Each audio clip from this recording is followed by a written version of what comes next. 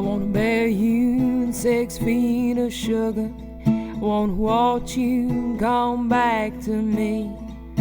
With every step I pray it doesn't rain. My own candy mountain. Welcome to this episode of Junk Food on the Road, where today we are going to talk about... The Ukraine. The Ukraine! Chris didn't go to the Ukraine, I'm sorry to say, but I had to go on business. So I had some Ukrainian adventures. So what would you say is like... So how long were you in the Ukraine? You're like... I was there for a little more than 48 hours. Okay, so only a couple of days. Yeah. And so what kind of meals did you have? Well, when I first arrived, it was the day before I started working there, and I had a few hours to spare. So when I travel without Chris, I tend to try to eat Indian food or lamb, because he doesn't like either of those things very much. So I had, for Canadian Thanksgiving dinner, I actually had chicken saag, which I got takeout for it, and spent the rest of my time trying to find candy for Chris to review, because I knew I wouldn't have much time to look for candy after I started working. So what kind of candy did you find? Well, Chris left me a list. He gave me a list of things he wanted, and I think I 100% failed at finding any of it. No, you didn't. Didn't I? Roshan. Oh, I found some Roshan. Yeah, that's a brand name. So I think I picked up a couple of boxes and a couple of individual treats of Roshan, along with some other individual treats. So what I did was I went into these little sort of bodega type sort of deli things. They advertised that they sold produkty, which is in Russian groceries, but I think in Ukrainian it just means like deli kind of food. So I thought I was going into grocery stores. They were tiny, and I thought there must be something better. And I had a hard time finding what I was looking for. So I just kept going, and eventually I found a bigger grocery store and went in there, and that's where I found your Roshan, Chris's Roshan, and a few other things. And I found that there was this little sort of bulk bar that had little individually wrapped chocolates that you could buy by the pound. And so I thought, well, I'll pick out maybe half a dozen of these, and they were all different prices, so I had to weigh them separately.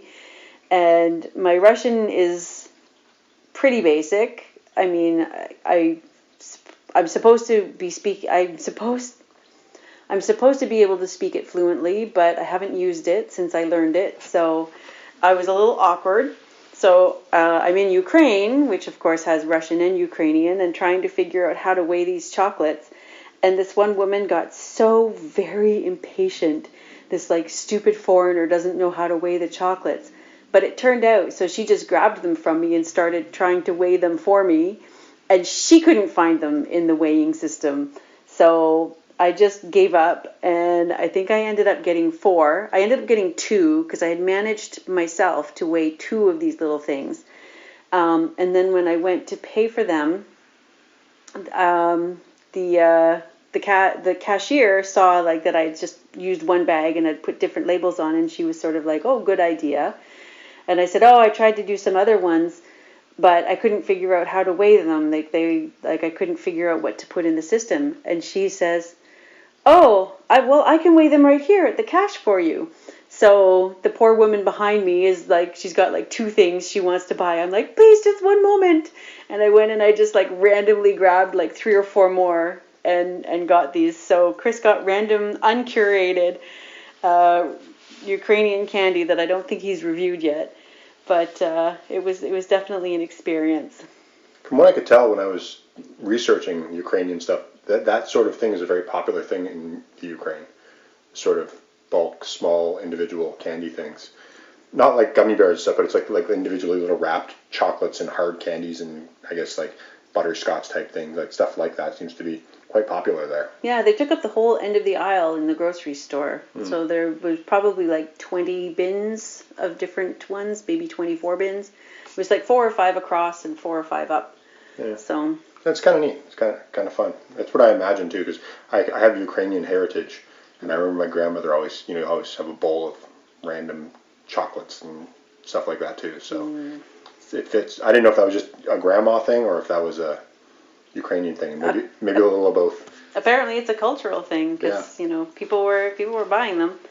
So the one thing I couldn't find for Chris was chocolate covered Salo, which is something that they don't do in Kiev. I was in Kiev. In Lviv, they do this chocolate covered Salo. I didn't have time to look for a Lviv candy store to try and get them. I asked around like crazy in my awkward Russian. But what did happen was I was out for lunch with some colleagues, and there was Salo, which is the lard, on the menu.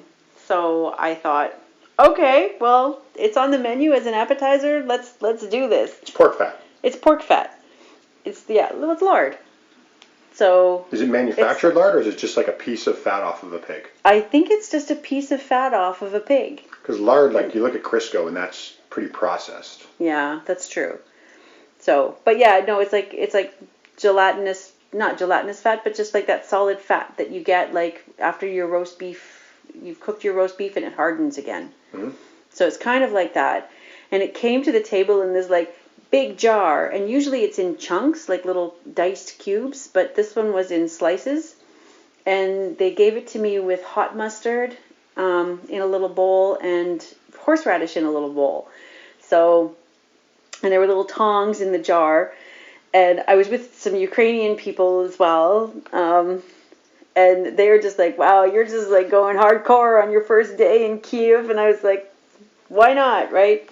So there was literally enough for like 8 people to have an appetizer with this. Like this could have just been my whole meal. So I did eventually, like I tried a couple of them, and then our meals came and there was still a lot of this Salo left. And then I shared it with everybody, and it was kind of cute because even the Ukrainians that were there, I don't think it's something that they eat regularly, because they were sort of like, oh yeah, okay, I'll try it. Like they were a little bit sort of, well, this is different for them too. So I think it's kind of this niche treat that sort of like isn't something that you would eat every day, and certainly isn't something that you would eat at home. So could be regional too. It could be regional. It could be a Lviv thing entirely. So, and it was kind of like a regional flavor type of restaurant. Like, try this from this part of Kiev. Try this from the Dnieper Valley. And which are the greatest restaurants to go to when you travel? Yes, they're awesome. Like, my colleague really chose well. All of the restaurants we went to, I ate some Georgian food and what's Georgian food like? Very bready. Breadingy and dumplingy, but yeah, so that was really good. And then, because I had failed, and you can buy Salo in the grocery store, but it looks like it's just like this chunk of pork fat that's been cooked, and it's just sort of wrapped in like the styrofoam with the wrapping, so I couldn't bring any home for Chris. But then when I was at the airport, I found some vacuum sealed Salo. Not chocolate covered, unfortunately, but it's still Salo. So there's probably enough to try some with some hot mustard and try some with some horseradish and maybe drizzle some chocolate on one. And I think it's going to be an episode of, Chris, why would you eat that? And it's funny because, I am allergic to so many things, but pork fat is not one of them. So for me, it's a matter of, Allison, why wouldn't you eat that? And it was really good. Like, Eddie's chef will tell you, fat means flavor. So it was really flavorful, and it was a very positive culinary experience for me. Yeah, I guess a lot of people, the idea, it's funny because the chocolate covered fat, a lot of people are like, oh, but it's like, that's like the ultimate in sweet and savory. Yeah. So it's like it completely, it's two fats actually when you think about it, because chocolate is made up of cocoa fat. And so then you get the pork fat. So it's like really flavorful fats merging together, just one sweet and one savory, but that works too. So I'm looking forward to dipping some of your Salo that I got you in maybe some melted chocolate or something. yeah. We'll fondue it up or something. Yeah, that sounds like a good idea.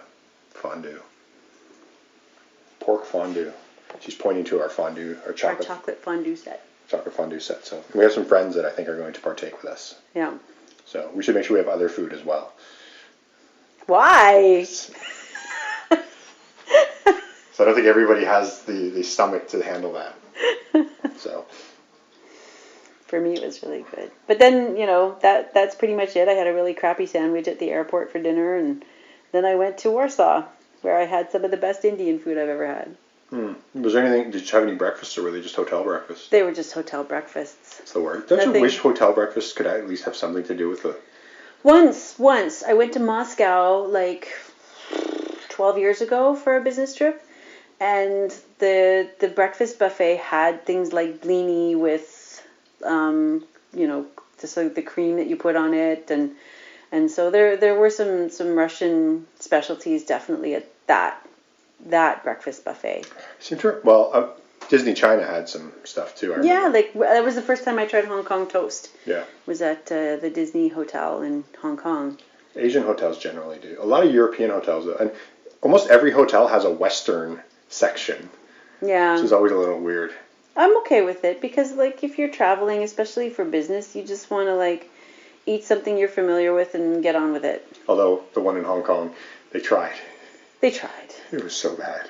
The Hong Kong toast was really good. Hong Kong toast, this is really way off topic, but is basically a thick slab of bread toasted with peanut butter and condensed milk It's very on good. top.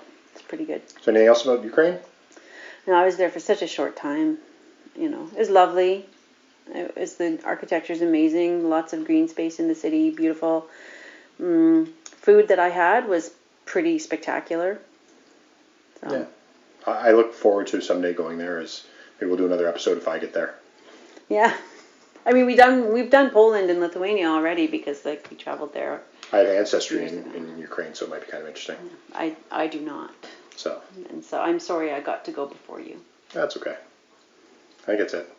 I think so.